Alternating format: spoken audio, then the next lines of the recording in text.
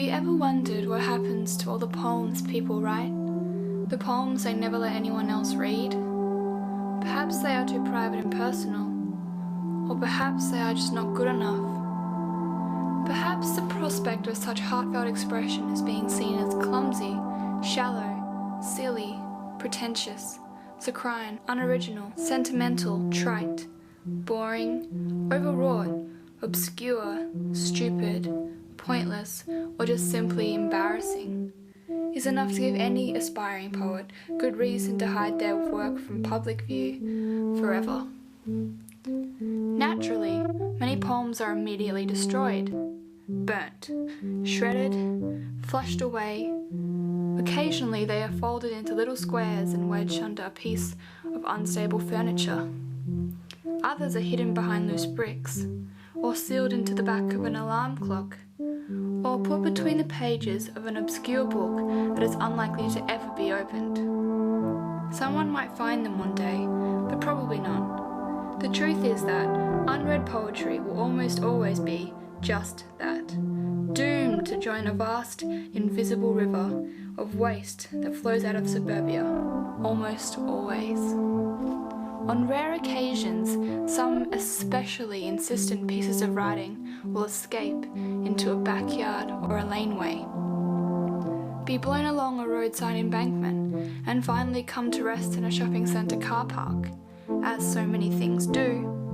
It is here that something quite remarkable takes place. Two or more pieces of poetry drift towards each other through a strange force of attraction, unknown to science, and ever so slowly cling together to form a tiny, shapeless ball.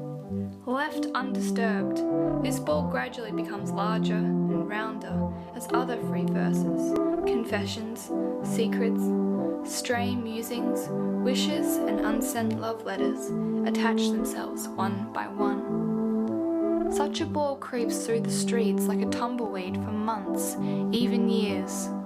If it only comes out at night, it has a good chance of surviving traffic and children, and through a slow rolling motion avoids snails, its #1 predator.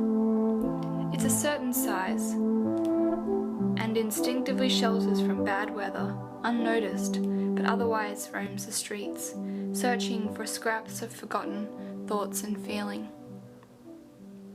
Given time and luck, the poetry ball becomes large, huge, enormous, a vast accumulation of papery bits that ultimately takes to the air, levitating by the sheer force of so much unspoken emotion. It floats gently above suburban rooftops when everyone is asleep, inspiring lonely dogs to bark in the middle of the night. Sadly, a big ball of paper, no matter how large and buoyant, is still a fragile thing. Sooner or later, it will be surprised by a sudden gust of wind, beaten by driving rain, and reduced in a matter of minutes to a billion soggy shreds.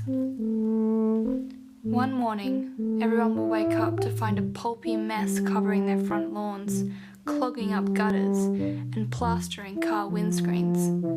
Traffic will be delayed, children delighted, adults baffled, unable to figure out where it all came from. Stranger still will be the discovery that every lump of wet paper contains various faded words pressed into accidental verse, barely visible but undeniably present. To each reader, they will whisper something different, something joyful, something sad, truthful, absurd, hilarious, profound, and perfect. No one will be able to explain the strange feeling of weightlessness or the private smile that remains long after the street sweepers have come and gone.